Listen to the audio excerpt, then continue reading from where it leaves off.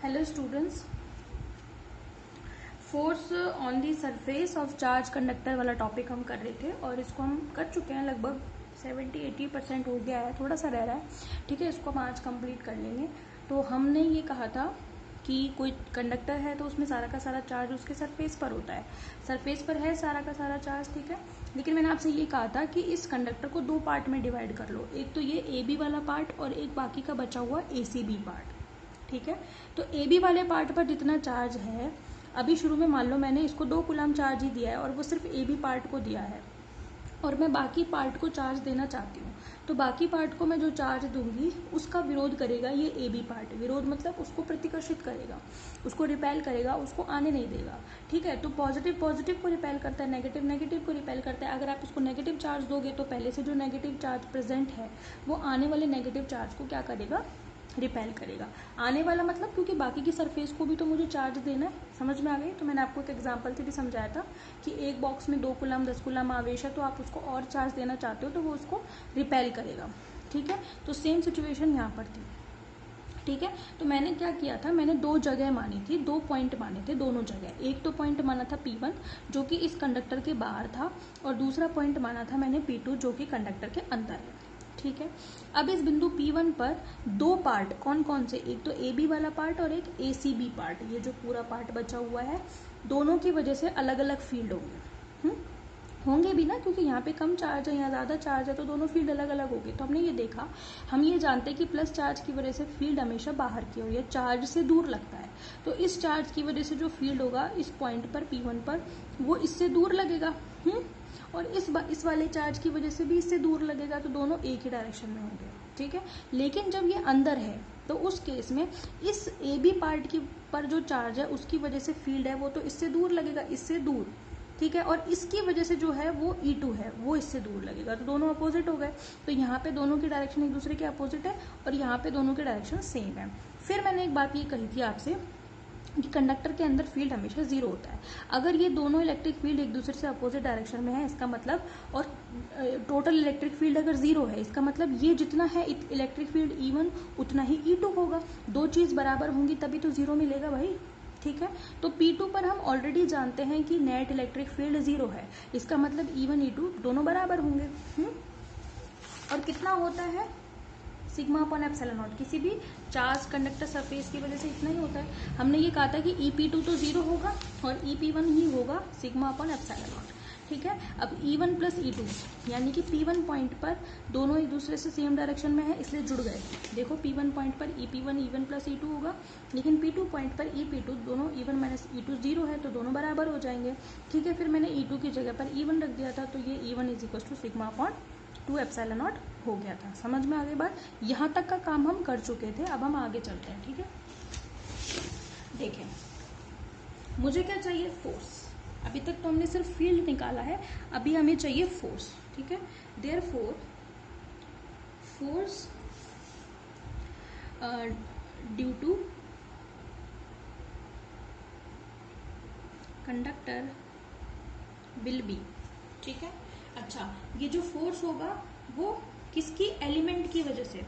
ठीक है, तो छोटा फोर्स है DF और वो कितना होगा, E1 इंटू DQ। भाई फोर्स मुझे निकालना है इस पूरे कंडक्टर की वजह से। समझ में आ गई?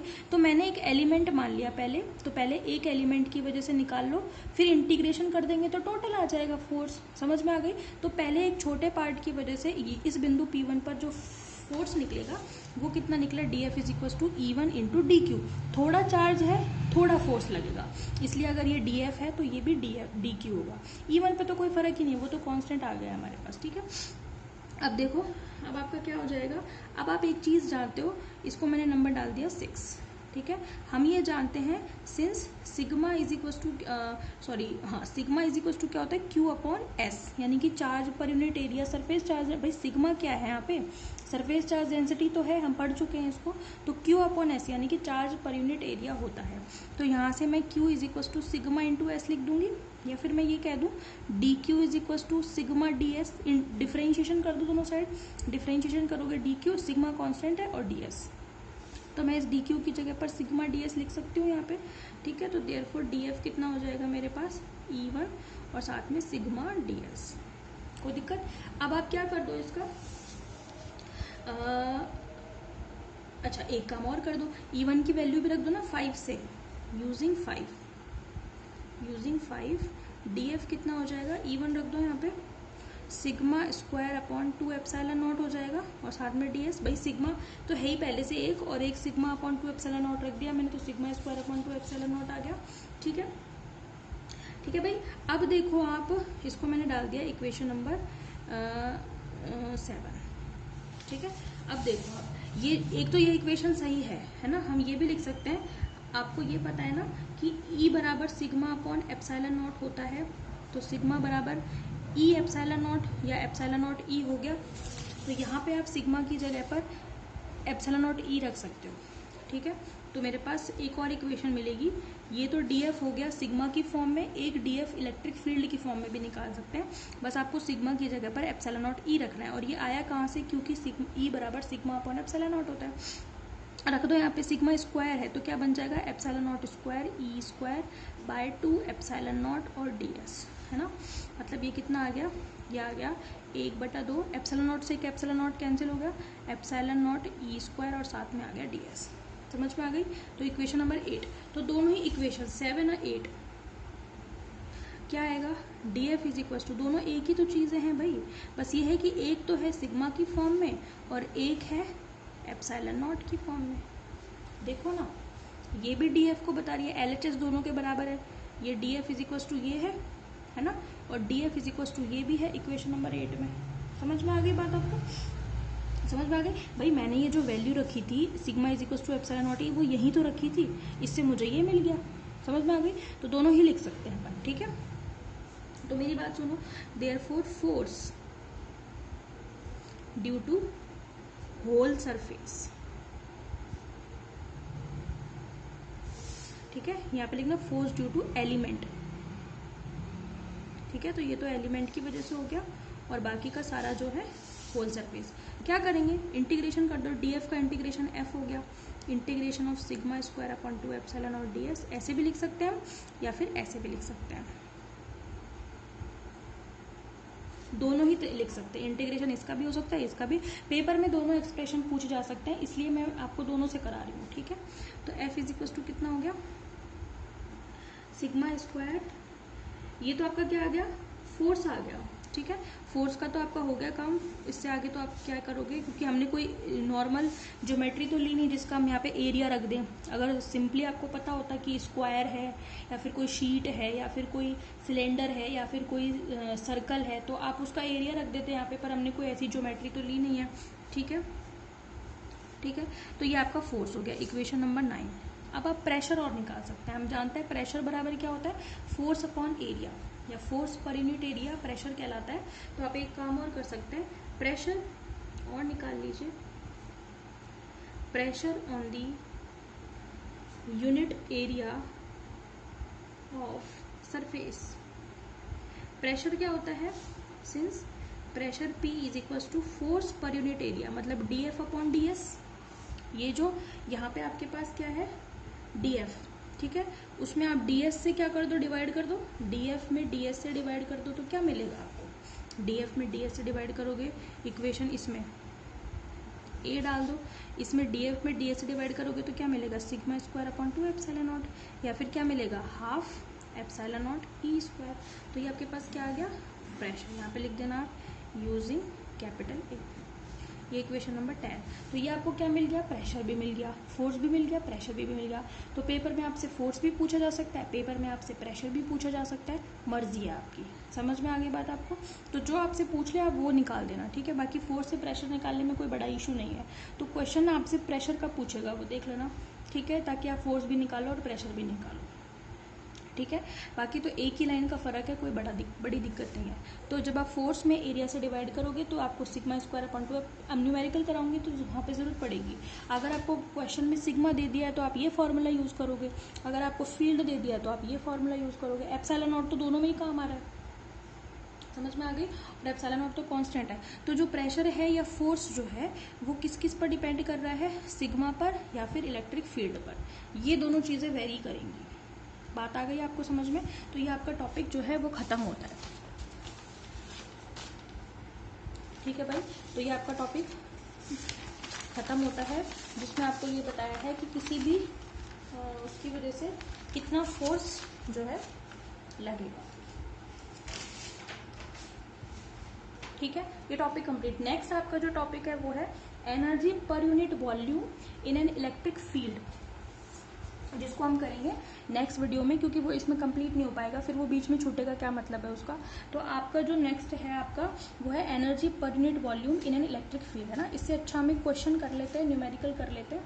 ठीक है, ठीक है, देखें क्वेश्चन है आपका ये रहा, 2 dipoles of charge plus minus q are placed normally inside a cube, है ना। एक क्यूब के अंदर 2 डायपोल रखे हुए हैं, और डायपोल हमें पता है डायपोल कैसे बनता है, जब 2 इक्वल मैग्नीट्यूड के चार्ज हो और अपोजिट हो, उनको अगर किसी डिस्टेंस पर रख देते हैं तो डायपोल बनता है, पता है आपको।